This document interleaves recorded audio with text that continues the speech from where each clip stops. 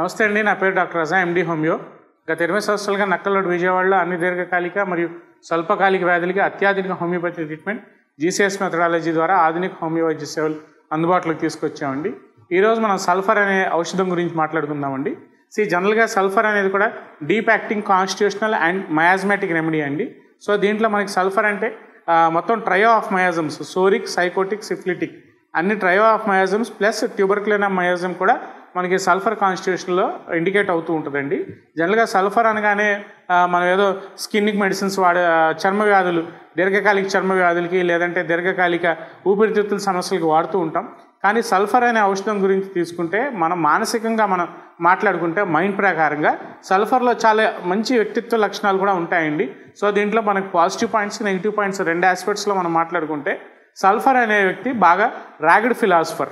అంటే చిన్న టాపిక్ని చాలా లెబోరియస్గా గంటలు తరబడి మాట్లాడగలిగే వ్యక్తిత్వం అనేది సల్ఫర్ కాన్స్టిట్యూషన్లో చాలా క్లియర్గా కనిపిస్తూ ఉంటుందండి. సో వీళ్ళు చాలా ఇంటెలిజెంట్గా ఉంటారు, చాలా హై ఇంటెలెక్చువల్స్, చాలా తెలివిగల వ్యక్తులు. సో జనరల్గా వీళ్ళకి ఏంటంటే ఇట్లాంటి వ్యక్తులకి జనరల్గా దీర్ఘకాలిక చర్మ వ్యాధులు అంటే ఎగ్జిమా కానీ, సోరియాసిస్ రిలేటెడ్ కండిషన్స్ కానీ, skin related allergy contact dermatitis వంటి దీర్ఘకాలిక మొండి వ్యాధులు కానీ, లేదంటే ఊపిరితిత్తుల సమస్యలతో బాధపడుతున్నప్పుడు బ్రాంకియల్ ఆస్మా కానీ, లేదంటే మనకి ఈ ప్రొలాంగ్డ్ లాంగ్ స్టాండింగ్ స్టిరాయిడ్స్ అవి ఊపిరితిత్తులకి వాడుతున్న వాళ్ళల్లో కూడా ఈ సల్ఫర్ అంటే వాతావరణ మార్పుల్లో అంటే జనరల్గా సీజనల్ చేంజెస్లో కూడా ఈ సల్ఫర్ మెడిసిన్ అనేది చాలా క్లియర్ కట్గా ఇండికేట్ అవుతూ ఉంటుందండి. సో ఈ సల్ఫర్ మెడిసిన్ మనం తీసుకుంటే మానసికంగా మనం తీసుకుంటే ఇందాక మనం చెప్పుకున్నట్టు ర్యాగిడ్ ఫిలాసఫర్, చాలా ఇంటెలిజెంట్గా ఉంటారు, చాలా లెబోరియస్గా మాట్లాడగలరు, ఆకలి అనేది ఎక్కువగా ఉంటుంది, నిద్రపోరు. జనరల్గా మిడ్ నైట్ స్లీప్ అంటే 2 నుంచి వీళ్ళకి నిద్ర మెలకు అయిపోతూ ఉంటుంది. డిస్టర్బ్డ్ స్లీప్ అనేది వీళ్ళలో చాలా ఎక్కువగా కనిపిస్తూ ఉంటుంది. డ్రీమ్స్ కూడా చాలా ఫిల్లీగా, చాలా ఒక రకమైన అఫెన్సివ్ ఓరియంటెడ్ డ్రీమ్స్ అనేవి ఎక్కువగా కనిపిస్తూ ఉంటాయి. ఎవరినైనా చంపేయాలి, ఎవరినైనా మనం ఏదైనా చేసేయాలంటే హార్మ్ఫుల్ సెల్ఫ్ ఇన్ఫ్లిక్టెడ్ డ్రీమ్స్ అనేవి చాలా ఎక్కువగా కళలు అనేవి వీళ్ళకి వస్తూ ఉంటాయి. మోషన్తో అంటే విరోచనలో మలబద్ధకం అనేది ఎక్కువగా కనిపిస్తూ ఉంటుంది. దీంట్లో ఏంటంటే బ్లీడింగ్ పైల్స్, మొలలు ఎక్కువగా మొలలు సమస్యతో ఎక్కువగా బాధపడే వాళ్ళల్లో కూడా ఈ సల్ఫర్ వ్యక్తుల్లో ఎక్కువగా కనిపిస్తూ ఉంటారు. సో దీంట్లో ఏంటంటే ఈ విరోచనాల్లో రక్తం అనేది ఎక్కువగా పడుతూ ఉంటుంది. వీళ్ళకి స్వీట్స్ అంటే చాలా ఇష్టం, విపరీతంగా తింటూ ఉంటారు. అలాగే స్పైసీ ఫుడ్స్ కూడా చాలా ఇష్టం వీళ్ళకి.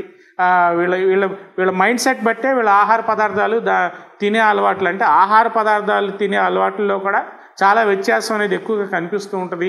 అలాగే వీళ్ళ కంప్లైంట్స్ కూడా ఇందాక నేను ఏవైతే చెప్పానో దీర్ఘకాలిక చర్మ వ్యాధులు కానీ, దీర్ఘకాలిక ఊపిరితిత్తుల సమస్యలతో బాధపడే వాళ్ళ కానీ, జీర్ణకోశ సంబంధిత వ్యాధుల్లో ఈ పైల్స్ అనే సమస్యతో బాధపడే వాళ్ళల్లో కానీ రక్త విరోచనాలు అవుతూ ఉంటాయి. వీళ్ళల్లో హిమరాయిడ్స్ అంటూ ఉంటాం జనరల్గా. సో ఇట్లాంటి కండిషన్స్లో మనం తీసుకుంటే ఈ సల్ఫర్ వ్యక్తిత్వం అనేది చాలా క్లియర్ కట్గా మనం హోమియోపతిలో ఇవ్వచ్చండి.